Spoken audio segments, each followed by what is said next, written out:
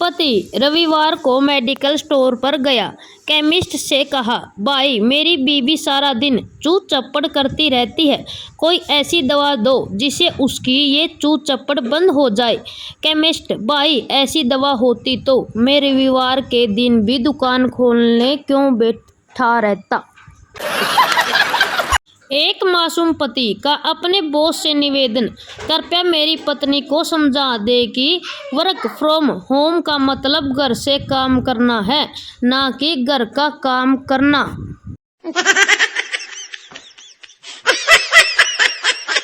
Doctor, injection लिखा था, क्यों नहीं खरीदा। मरीज, शनिवार को सुई नहीं खरीदते, शनिदेव नाराज हो जाएंगे। डॉक्टर, खरीद लो, नहीं तो यमराज नाराज हो जाएंगे।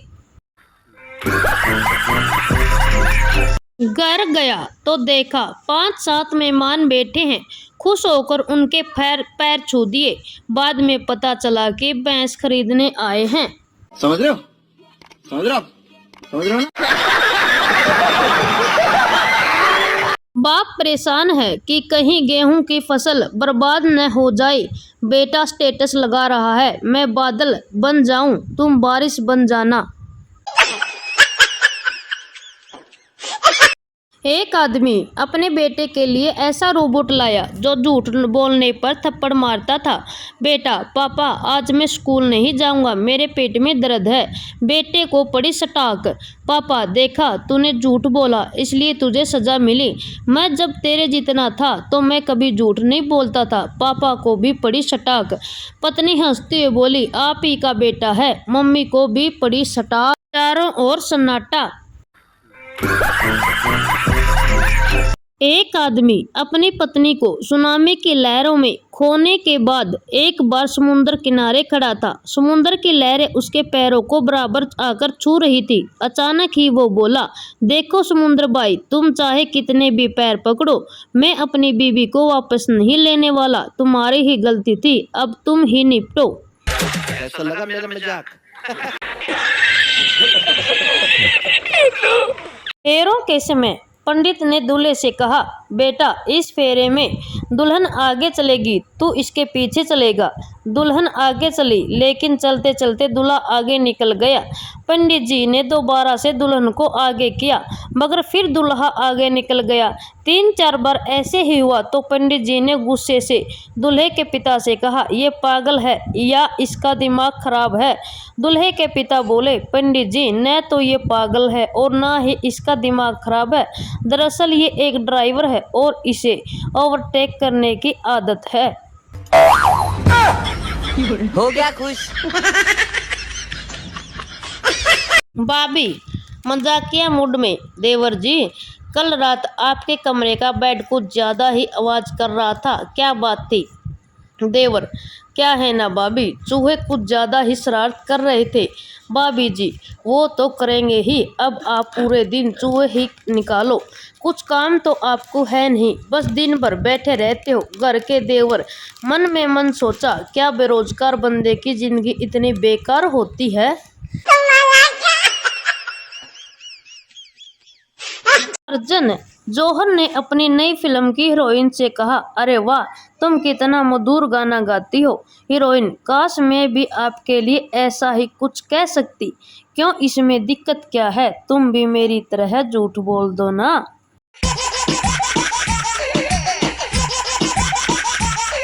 पप्पू, मैं शादी नहीं करूँगा। पिताजी, क्यों। पप्पू, क्योंकि गांव वाले मेरी मंगेतर को टैक्सी कहते हैं। पिताजी, कर ले बेटा, छोटा सा गांव है, कितनी चली होगी। समझ रहे हो ना? आज मैंने माँ से पूछा, माँ मैं जीवन में आगे बढ़ने के लिए क्या करूँ। माँ ने बड़े प्यार से बोला, पत्थर ले और सबसे पहले ये मोबाइल फोड़, मेरी प्यारी माँ। सही पकड़े हैं। पुलिस, तुमने एक ही दुकान में लगातार 3 चोरी क्यों की। चोर, मैंने सिर्फ एक दिन अपनी बीवी के लिए सूट चोरी किया, बाकी 2 दिन तो कलर बदलने गया था।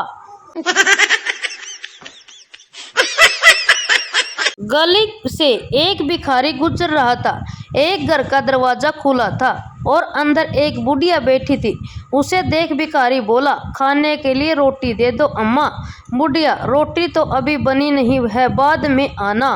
भिखारी, ठीक है, ये लो मेरा मोबाइल नंबर, जब बन जाए तो मिस कॉल मार देना। ये सुन बुढ़िया के होश उड़ गए, पर वो कहाँ कम थी, बोली, मिस कॉल क्या करनी, जब बन जाएगी तो व्हाट्सएप पे डाल दूंगी, वहीं से डाउनलोड करके खा लेना। ये सुनकर भिखारी बेहोश हो गया।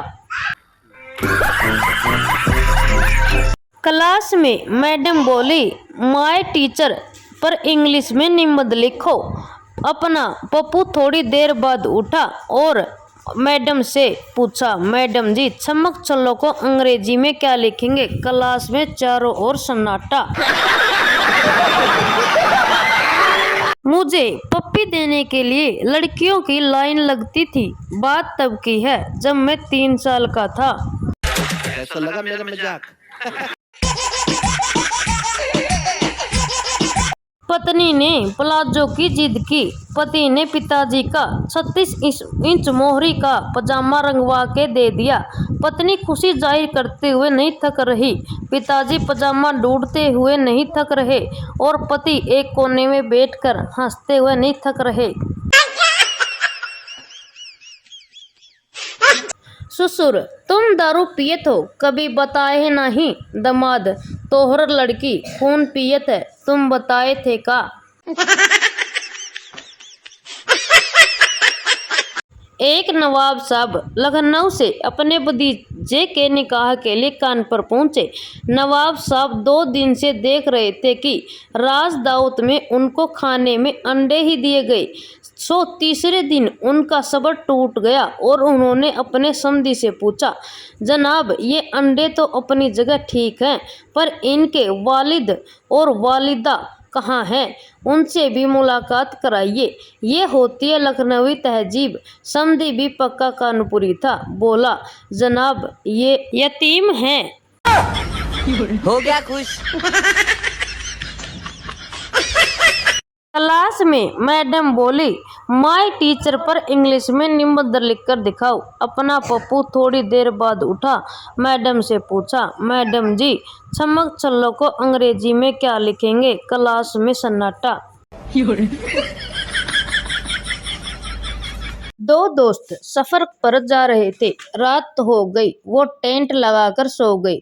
रात को एक दोस्त को नींद खुली। उसने दूसरे को जगाकर कहा, आसमान की तरफ तुझे क्या नजर आता है? दूसरा दोस्त, बहुत सारे सितारे। पहला, इससे क्या पता चलता है? दूसरा, आसमान कितना खूबसूरत है। पहला, अबे न्यूटन की औलाद, टेंट चोरी हो गया है।